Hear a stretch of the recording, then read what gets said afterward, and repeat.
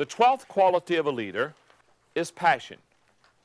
I have discovered that the great leaders have a great amount of passion. Bill Cosby, the comedian, said, anyone can dabble, but once you've made that commitment, your blood has that particular thing in it, and it's very hard for people to stop you. What's he talking about? He's talking about passion.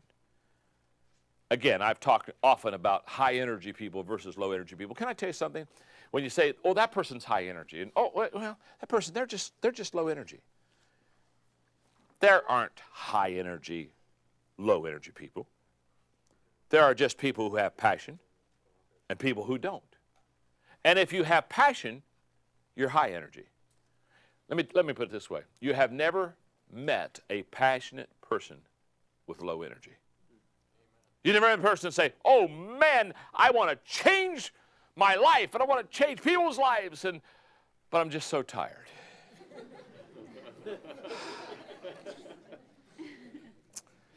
Oh well, it was a thought. No. You show me a passionate person, I'll show you a high energy person. You show me a person that lacks passion, and I'll show you a person that has low energy. So let me give you some passion principles, since these are qualities of a leader. For example, number one, I believe this. Passion is the first step to achievement. The first step to achievement is always passion. Your desire determines your destiny. Think of great leaders and you will be struck by their passion. Gandhi for human rights, Winston Churchill for freedom, Martin Luther King for equality, Bill Gates for technology. Anyone who lives beyond an ordinary life has a great desire. That's a fact. A moment ago, I was having a little fun with Jack Countryman, who's over here, who's been a long-time friend, Countryman Books. But Jack was the guy that helped me with the title yesterday of my next book. And no, Jack, you don't get any royalties off that title, okay? But Jack and I were playing golf just a couple weeks ago in Palm Springs. He's 73 years of age. And I mean, he's not only a great golfer, but every day he's loving life. And I mean, this guy, he's going to live till he dies. I mean, come on. Don't you know a whole bunch of people, they've already died? I mean, they still breathe. It's kind of like when they finally do, like, really die and stop breathing, somebody will have to stand up and say, well, you know, they died 12 years ago. We just had their funeral today. I know all kind of people just like that. And when I talked to him, and I said, Jack, what keeps you going? He says, I love helping people. I keep asking myself, what do I want to do next? He said, in fact, why would I retire? If I retired, why would you stop life there? My father is 82. He's amazing. He has he started with a park ministry, a ministry just of helping people in his mobile home park that he lives in Florida. That got going so well, other people started hearing about it from other mobile parks, and they said, well, how about helping us? And so he started helping them. And in fact, he said, John, come down and speak for me. He said, I've got a few people here, volunteers that are helping people, and come and speak. So I went down and spoke, or I said I would, and he called me up about a week later. He said, we'll just do it, we'll just do it in our little park here at the clubhouse, just for a few people. And so about a month later, he called me and said, oh, John, he said, it's gotten out of hand.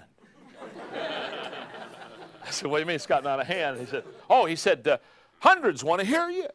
He said, we're going to Winter Haven. He said, we've got a church that'll hold 1,000. He said, and literally at 10 o'clock on a Monday morning, the place is packed out, and Dad's just amazed. And I said, Dad, it's no secret. It's free, Dad, it's free. And now my father is in 19 different parks and has almost 400 volunteers helping him with this park ministry. And he's 82. Hello. What makes that happen? It's always the person with passion is the person that continues. And I have two questions to ask you. They're in your notes. This is all about passion. If you could be anything you wanted to be, what would you be? And if you could do anything you wanted to do, what would you do? In other words, what would you be? What would you do? Those are the two questions that should spark the passion.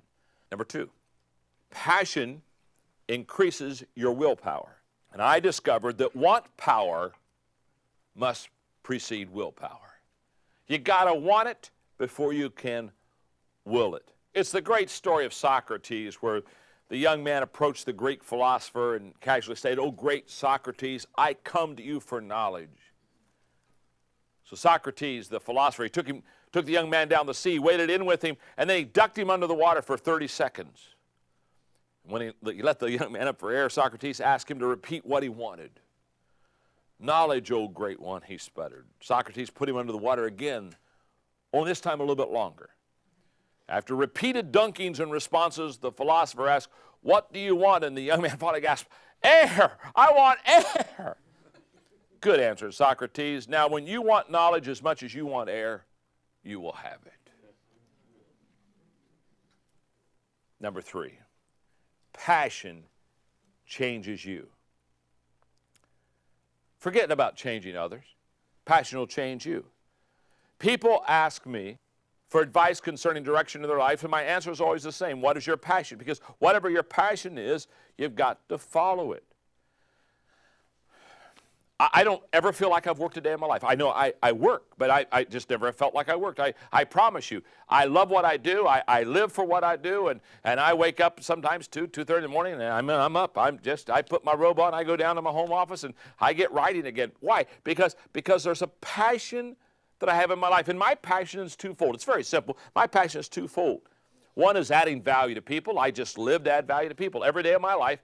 That's what I want to do. I want to add value to people. Number 2, I love to communicate with passion. I have a passion for communicating, and what I really want to communicate is I want to add value to people. I read an editorial in the Texas Business not long ago that said, "We are truly the lost generation, huffing and puffing down the fast track to nowhere, always looking to the dollar sign for direction. That's the only standard we recognize. We have no built-in beliefs and no ethical boundaries. You're only as good as your private standards."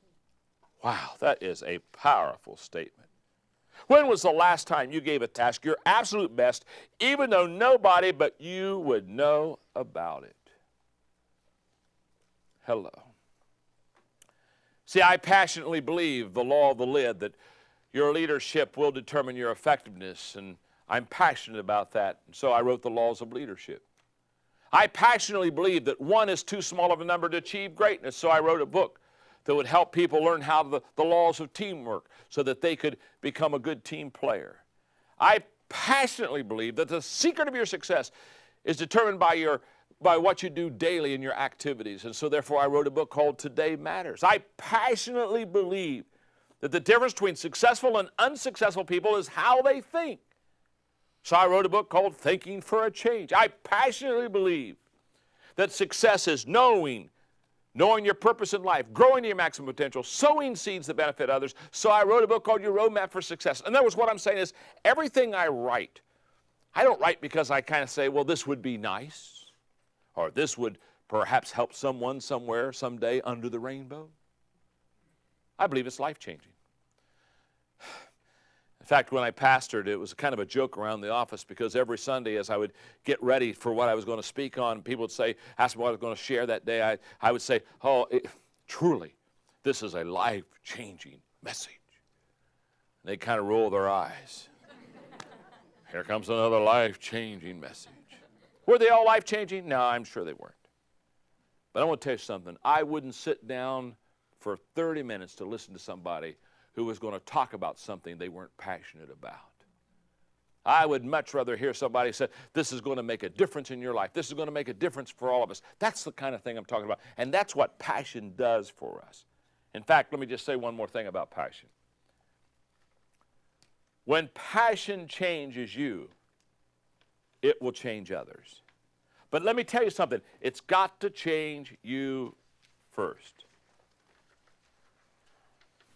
Despite the power of passion, many people in our culture seem to believe that passion is something to be suspicious about.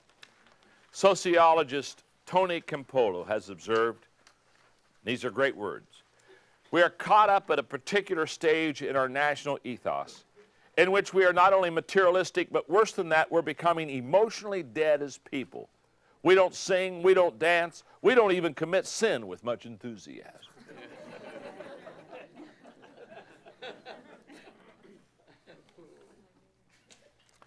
Here's what I know. You show me a passionate leader, and I will show you passionate people. Because as the leader goes, so go the people. That's the way it always is.